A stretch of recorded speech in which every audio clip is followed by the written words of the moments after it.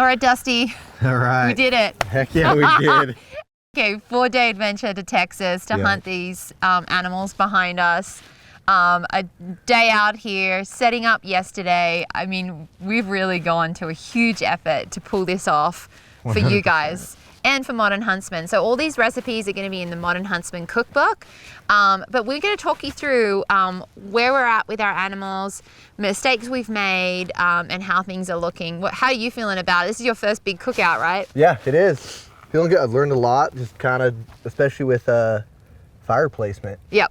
Yeah. Okay, so over here, fire number 1, we've gone for 3 separate fires. And the reason behind that is I really wanted to put quite a lot of different proteins and vegetables on things. So having one big fire makes it really hard to sort of work around. You obviously can't step into the fire. So being able to kind of build up like around the outside like I did here, we're able to easily access the vegetables, the sauces. So we've got some the Napola pads that you harvested out at the West Texas Ranch, apples, oranges, and then in our pots over here, so this is kind of like more of our sauces and stuff like that that are going to go with our proteins. So in our sauces over here we have a native wasabi sauce. So this is made with the choc cherries and literally just a little bit of apple cider vinegar and some sugar. And then I've also got our apple sauce, which is going to go with the pig, or even the, like, honestly, any of these like pigs or pheasant or deer, really any fruity kind of sauces are going to go really, really great with it. So we've got an apple, the smoked apple sauce in here. I've added a little bit of bourbon because our good friend bought us some of his dad's bourbon for us to like add to it. This is the wasabi sauce, so it's going to keep just cooking and reducing down. Do you want to try one? Hopefully they're not too hot. You're gonna burn me? Hopefully not. Oh yeah, it's burning me. Okay. So they're like almost like a blueberry. They really punch with flavor. They definitely have a little bit of a dryness behind it, which goes really nicely with game meat. We've got my famous pot of butter happening over here. And then also in here, I've got some Native American black beans. So this is a very traditional dish that they used to make. I've added in a couple of the hocks of wild pig for flavor and chili, and they have been boiling away for about 6 hours.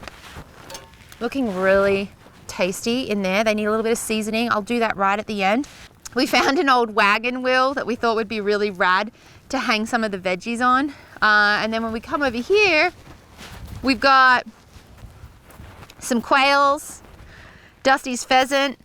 How do you feel about your pheasant? I like my pheasant. You like I your like that you stuffed this is sage, right? Sage, yep. I like that it's hanging out because it's just reminding me of its tail feathers. Right, exactly. It looks so beautiful. Yeah. And then we've also got the deer here. So this is a white-tailed Texan deer. It's been cooking for around 4 hours now. We rotated it for the last hour. And the reason we rotate that at the last hour is that all of those bones have taken on board flavor and heat, and it's starting to cook the meat through. We flipped it, and it's going to take another like hour and a half to really cook the other side of the meat, get that that skin beautiful and crispy and golden. I mean, the inside of it's looking fantastic. And we dry brinded this one, didn't we? Yeah, we did. How did it smell this morning? Smells so good when we pulled it out of the kill bag. I was like, heck yeah, this one's gonna be good. This is going to be good. I'm Yeah. excited to have a little bit of that one. Over here, we've got our wild pigs. So I've got my mopping sauce here. We're going to actually, Dusty, you want to do the honors of grabbing the sage brush and mopping it?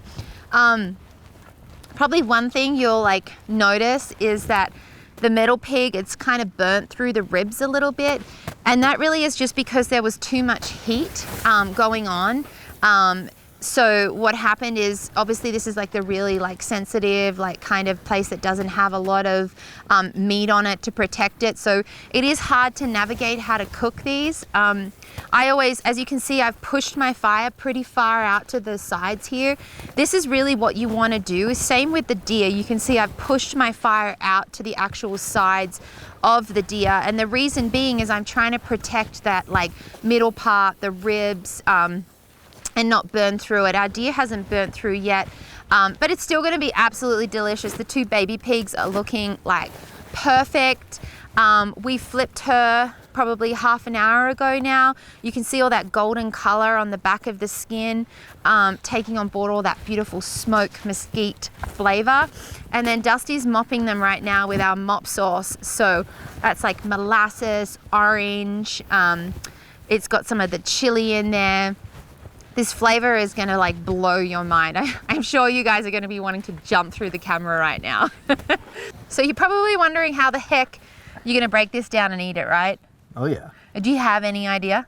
I figure it's gonna be the same as what I would normally break it down. Like, But if you're out in the field, yeah, but it's gonna be cooked. yeah, it's already cooked already. So it's still in the whole We've actually form. got some friends coming over, so we've invited a few people in the community to come and join in and help celebrate this harvest of beautiful food.